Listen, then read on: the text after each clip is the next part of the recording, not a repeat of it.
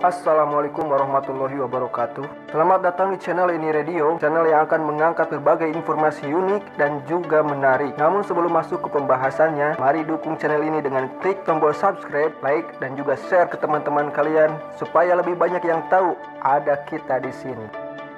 Terima kasih and let's go.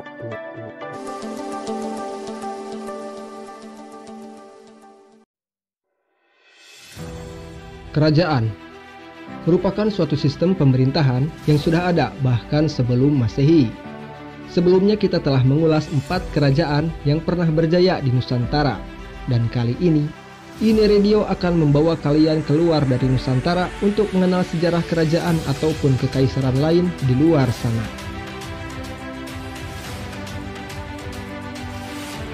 Kekaisaran Persia adalah sebutan untuk serangkaian dinasti yang pernah berkuasa di wilayah Persia atau saat ini dikenal sebagai Iran.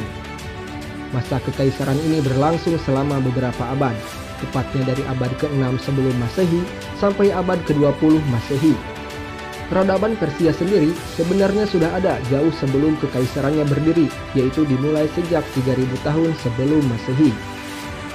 Sebelum terbentuk kekaisaran, di wilayah ini telah hidup suku-suku semi-nomaden yang memelihara ternak di dataran tinggi Iran. Pada abad ke-7 sebelum Masehi, suku Medes menjadi simbol pendiri bangsa dan juga membentuk kerajaan Iran pertama. Kemudian pada abad ke-6 sebelum Masehi, Kores Agung yang memimpin salah satu suku mulai mengalahkan kerajaan-kerajaan terdekat seperti Media, Lydia, dan Babel. Kores Agung inilah yang mendirikan Kekaisaran Persia pertama atau Kekaisaran Akhmeniyah pada tahun 550 sebelum Masehi.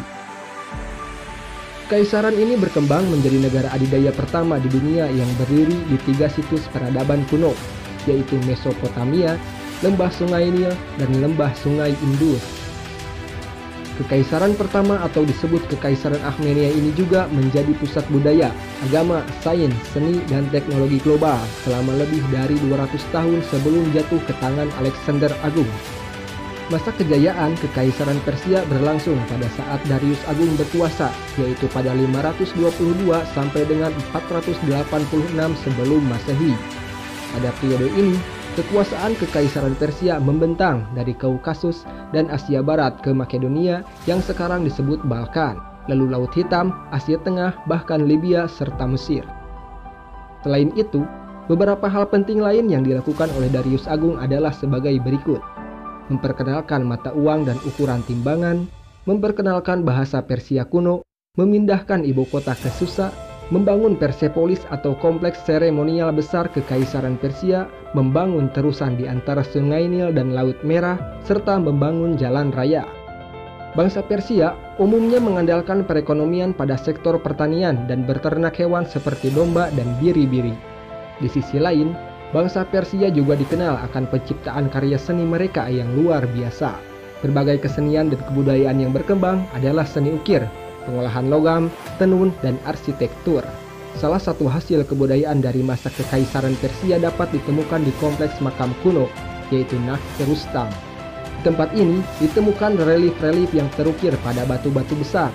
Pada awal berdirinya Kekaisaran, agama yang dianut masyarakat adalah Zoroastrianisme, yang merupakan salah satu agama monoteistik tertua di dunia yang saat ini masih dianut oleh beberapa masyarakat Iran dan India. Agama yang kemungkinan besar muncul antara 1500 sampai 500 sebelum Masehi ini mengajarkan pengikutnya untuk menyembah satu dewa daripada banyak dewa yang disembah oleh kelompok yang lain. Para raja Akhmeniyah juga penganut Zoroastrianisme yang taat. Kendati demikian, Kores Agung adalah raja yang toleran dan mengizinkan rakyatnya untuk memilih agamanya sendiri. Kekaisaran Persia memasuki periode kemunduran setelah invasi yang gagal ke Yunani oleh Xerxes I pada 480 sebelum Masehi. Pertahanan atas tanah Persia harus dibayar mahal hingga menghabiskan dana kekaisaran. Hal ini kemudian menyebabkan kenaikan pajak yang memberatkan rakyat Persia. Pada 330 sebelum Masehi, Akhmeniyah akhirnya jatuh ke tangan Alexander Agung dari Makedonia. Setelah runtuhnya Kekaisaran Persia pertama, terdapat beberapa dinasti yang berkuasa di wilayah ini.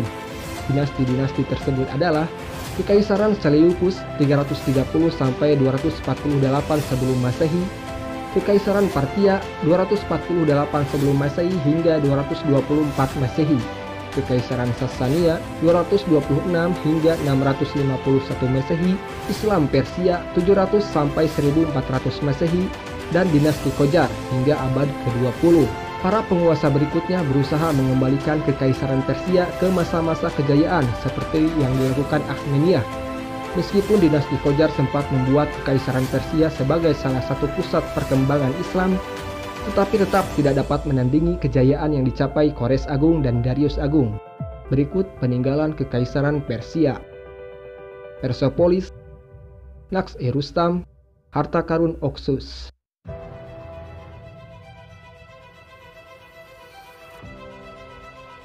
Dinasti Han merupakan dinasti kekaisaran kedua Cina yang berkuasa antara tahun 202 sebelum Masehi hingga 220 Masehi. Sejarah berdirinya sendiri bermula dari pemberontakan yang mewarnai pemerintahan dinasti Qin pada tahun 221 sebelum Masehi. Dan dalam waktu 4 tahun, kekuasaan dinasti kekaisaran pertama Cina tersebut akhirnya runtuh pada tahun 206 sebelum Masehi. Dua pemimpin pemberontak, yaitu Xiang Yu dan Liu Beng, saling bertarung untuk mengklaim tahta kekaisaran. Liu Beng yang berhasil mengalahkan Xiang Yu dalam pertempuran Gaixia kemudian dinobatkan sebagai kaisar pertama dinasti Han. Setelah naik tahta, ia mendapatkan gelar Kaisar Gozu dan mendirikan ibu kota dinasti Han di Chang'an yang sekarang Xi'an.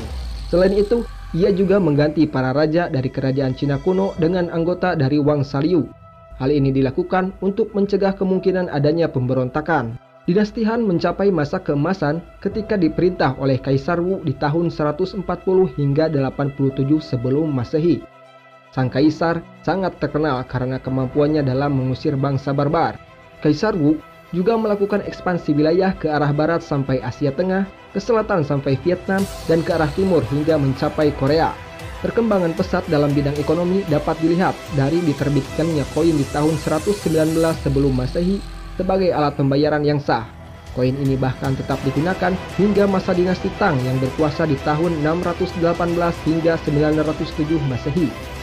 Selain itu, masa pemerintahan dinasti Han adalah periode perkembangan ilmu pengetahuan dan teknologi serta seni. Berbagai karya seni dan penemuannya seperti kertas bahkan masih berpengaruh terhadap perkembangan dunia saat ini. Dinasti Han dikenal sebagai yang pertama memeluk falsafah Konfusianisme yang kemudian menjadi asa ideologi semua penguasa hingga akhir kekaisaran Cina. Konfusianisme mendapatkan perhatian di kalangan bangsawan Han sekitar 135 sebelum Masehi pada masa awal pemerintahan Kaisar Wu. Ini berkat upaya para intelektual seperti Fu Sheng yang berhasil menyimpan beberapa literatur selama periode dinasti Qin dan seterusnya. Karena sebelumnya, banyak teks Konfusianisme telah disita oleh dinasti Qin dan kemudian musnah ketika perpustakaan kekaisaran dibakar dalam perang saudara di tahun 210 sebelum Masehi. Fu Sheng berhasil menyelamatkan kitab dokumen dan dinasti Han berusaha untuk mengumpulkan dokumen Konfusianisme yang tersisa. Ajaran ini pun tetap bertahan hingga jatuhnya dinasti Qing pada tahun 1912 Masehi yang menjadi akhir kekaisaran Cina. Pada masa ini juga dibangun jalur perdagangan darat yang menghubungkan Cina dan Eropa atau dikenal sebagai jalur sutra yang dipetakan oleh Zhang Qian. Sejarah dinasti Han sebenarnya sempat diselingi oleh dinasti Qin pada tahun 9 sampai 23 Masehi yang didirikan oleh mantan pejabat pemerintah bernama Wang Mang. Ia berhasil memanfaatkan kekacauan internal untuk merebut tahta dan mencoba menstabilkan kekaisaran. Namun itu tidak bertahan lama. Wang Mang terbunuh dalam sebuah pemberontakan yang juga menghancurkan ibu kota Chang'an. Lalu keturunan Kaisar Gozu yang bernama Liu Xiu segera mengambil kendali dan mendirikan ibu kota baru di Luoyang. Dinasti ini dikenal juga dengan nama dinasti Han Timur. Setelah kematian Kaisar Zhang pada 88 Masehi, dinasti Han mengalami kemunduran. Lalu pada 189 Masehi, terjadi perseteruan internal yang berlangsung hingga 220 Masehi, yang kemudian mampu diakhiri ketika pihak militer turun tangan dan Kaisar Han yang terakhir pun berhasil digulingkan.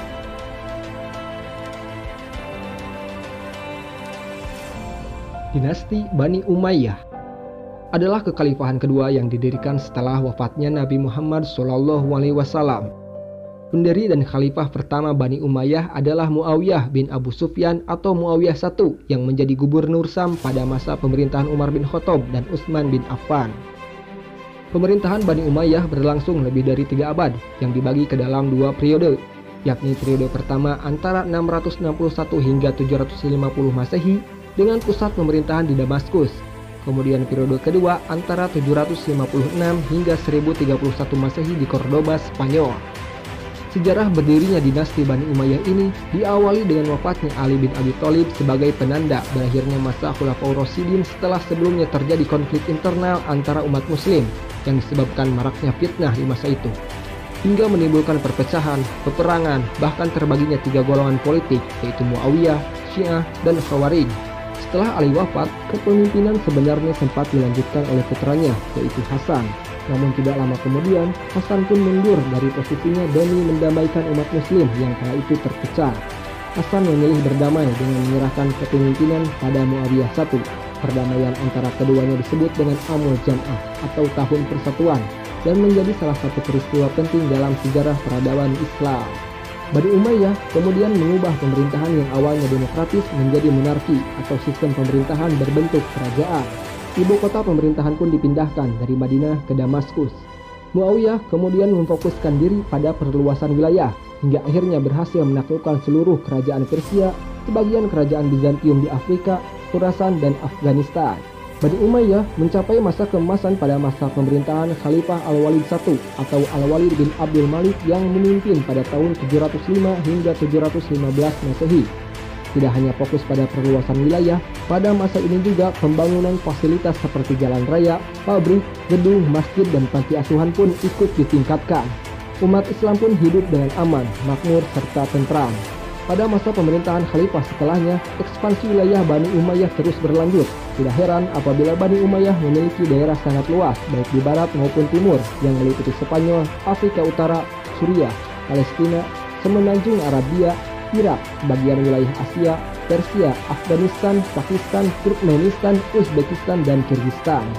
Perkembangan keilmuan pada masa dinasti ini juga meningkat, seperti ilmu agama, ilmu bahasa, ilmu filsafat, ilmu kedokteran, juga ilmu fisika. Jumlah khalifah Bani Umayyah di Damaskus sendiri ada 14, yang berakhir pada masa kekuasaan Marwan II pada bulan Januari di tahun 750 Masehi, setelah dikalahkan oleh pasukan Abbasiyah di pertempuran Zabhul. Kemudian Marwan II melarikan diri ke Mesir dan akhirnya wafat pada bulan Agustus di tahun yang sama. Pemerintahan Bani Umayyah di Damaskus pun berakhir. Salah seorang keturunannya yang bernama Abdurrahman Ad-Dakhil berhasil melarikan diri ke Afrika Utara dan menyeberang ke Andalusia atau Spanyol. Abdurrahman kemudian mulai membangun kekuasaan Bani Umayyah di Andalusia dan memusatkan pemerintahannya di Cordoba dan berakhir pada tahun 1031 Masehi.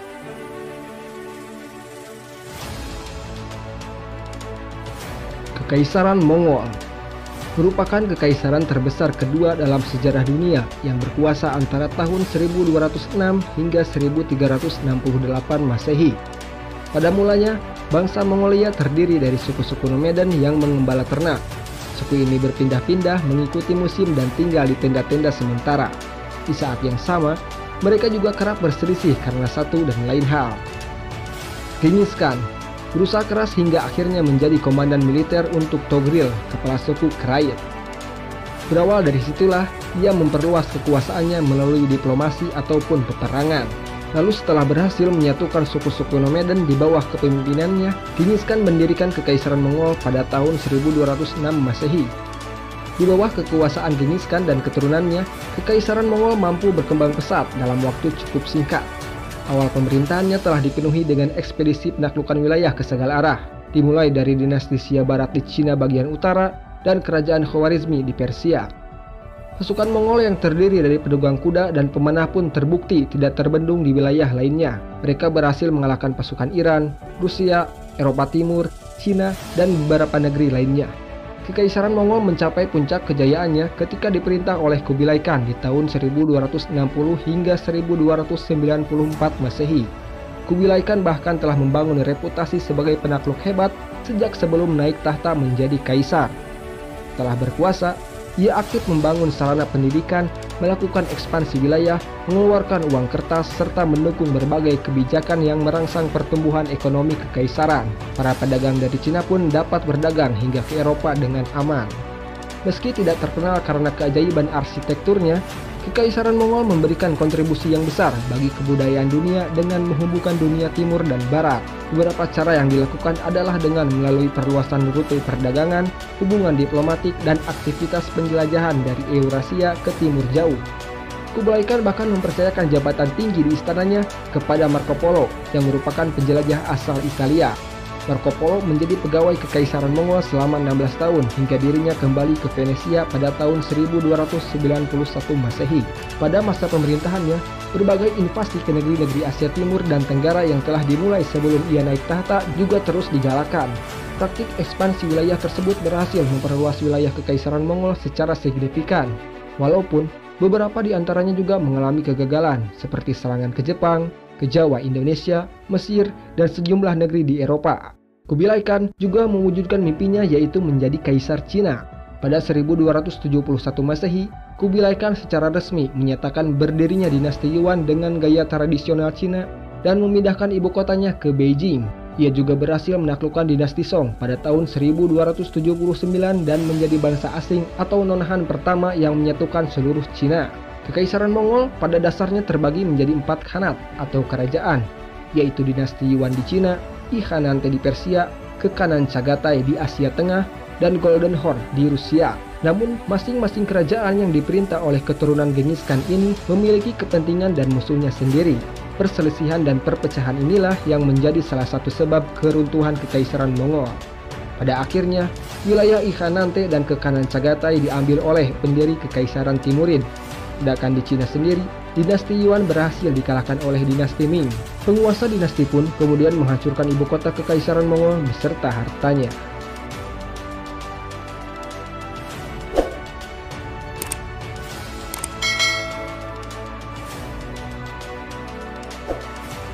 Nah, itulah 4 kerajaan besar yang pernah berkuasa di luar Nusantara kita, yang kekuasaannya bahkan mencakup banyak wilayah. Mohon maaf apabila ada kesalahan baik dari pengucapan ataupun informasi yang kami sajikan. Dan apabila ada yang ingin membenarkan atau menambahkan materi, bisa langsung tulis di kolom komentar. Ini Radio pamit undur diri. Wassalamualaikum warahmatullahi wabarakatuh.